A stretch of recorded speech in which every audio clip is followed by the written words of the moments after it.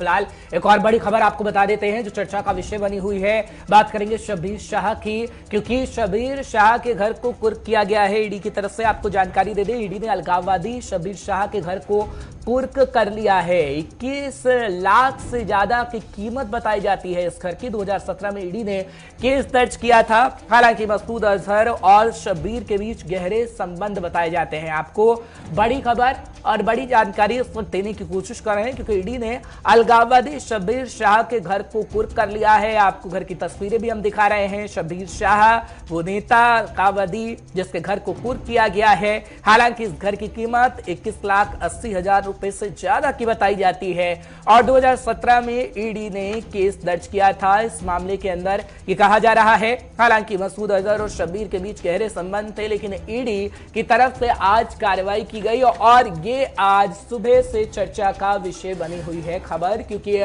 सबसे पहले गुलिस्तान न्यूज ने इस खबर को ब्रेक किया था और गुलिस्तान न्यूज ने बताया था कि किस तरीके से ईडी ने अलगाववादी शब्बीर शाह के घर को कुर्क कर लिया है। घर की तस्वीरें हैं, कीमत हम आपको बता रहे हैं 21 लाख रुपए से ज्यादा की है, लेकिन कुर्क अब शब्बीर शाह के घर को कर दिया गया है। आपको इस वक्त की ताजा जानकारी और बड़ी खबर देने की कोशिश कर रहे हैं।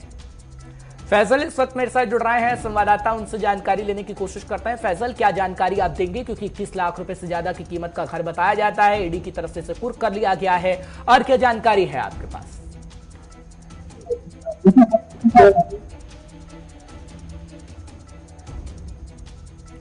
फैजल, क्या मेरी आवाज आप तक पहुंच रही है? बिल्कुल बिल्कुल आ रही है, आवाज आ रही है। ठीक है, आप जानकारी दीजिए प्लीज। देखिए, अगर हम शब्बीर शाह की बात करें तो ये मोस्ट इम्पोर्टेंट हुर्रियत लीडर हुआ करते थे और सेक्रेटरी जनरल से आज पार्टी हुर्रियत कॉन्फ्रेंस से।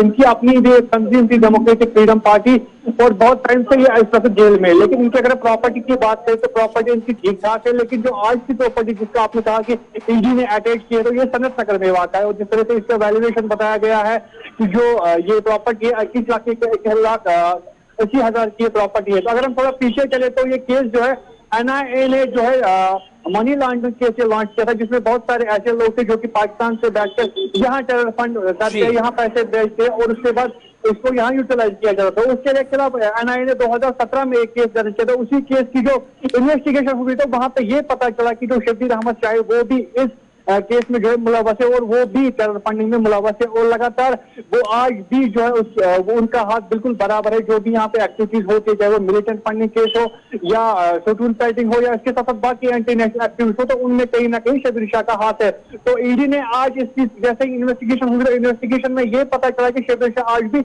मुलव्वस है। उसके बाद इसकी प्रॉपर्टी का वैल्यूएशन किया गया, देखा गया तो वहां पे सबसे पहले जो ये प्रॉपर्टी आइडेंटिफाई की गई जो कि 21,80,000 रुपए की है, तो उसको आज ईडी ने अटैच किया। हालांकि वहां पे अभी तो कोई रहता नहीं है, वो बस ऐसे ही वहां पे खाली पड़ रहा है। लेकिन अभी जैसे हम वहां पे थे तो उस वक्त उनके घर वाले आए थे, उनकी बेटी आई थी वहां, तो उन्होंने वहां पे जो उनके 2 इनमेट से लेबर से उनको कहा कि आप यहाँ से निकले। तो उसके बाद उन्होंने मीडिया से बात की, लेकिन उनको उन्होंने टोटली इस चीज को डिनाई किया कि किसी तरह की नोट हमें अभी तक डिलीवर नहीं हुई है, ना ही कोई समन हमें आई है। उन्होंने भी मीडिया के जरिए देखा था कि हमारा घर जो है अटैच किया जा रहा है। हालांकि उन्होंने इस चीज को डिनाई किया कि ऑफिशियली हमारे पास किसी तरह की कोई कम्युनिकेशन नहीं आई है, समन नहीं आई है या ईडी की तरफ से कोई नोट नहीं आया। लेकिन ये बड़ी बात है कि जो एनआईए ने केस लगाया था जो मनी लॉन्ड्रिंग का था, तो उसी के तहत जब जैसे इन्वेस्टिगेशन सामने आई तो ये देखा गया कि शब्बीर शाह अभी भी इन चीजों में मुलव्वस है और 90 से लेके आज तक जितने भी मनी लॉन्ड्रिंग हुए मिलिटेंट। ठीक है फैजल, लेकिन क्या कुछ और नाम भी ईडी की रडार पर है और कुछ दिनों में और कोई बड़ी खबर हमें देखने को मिल सकती है?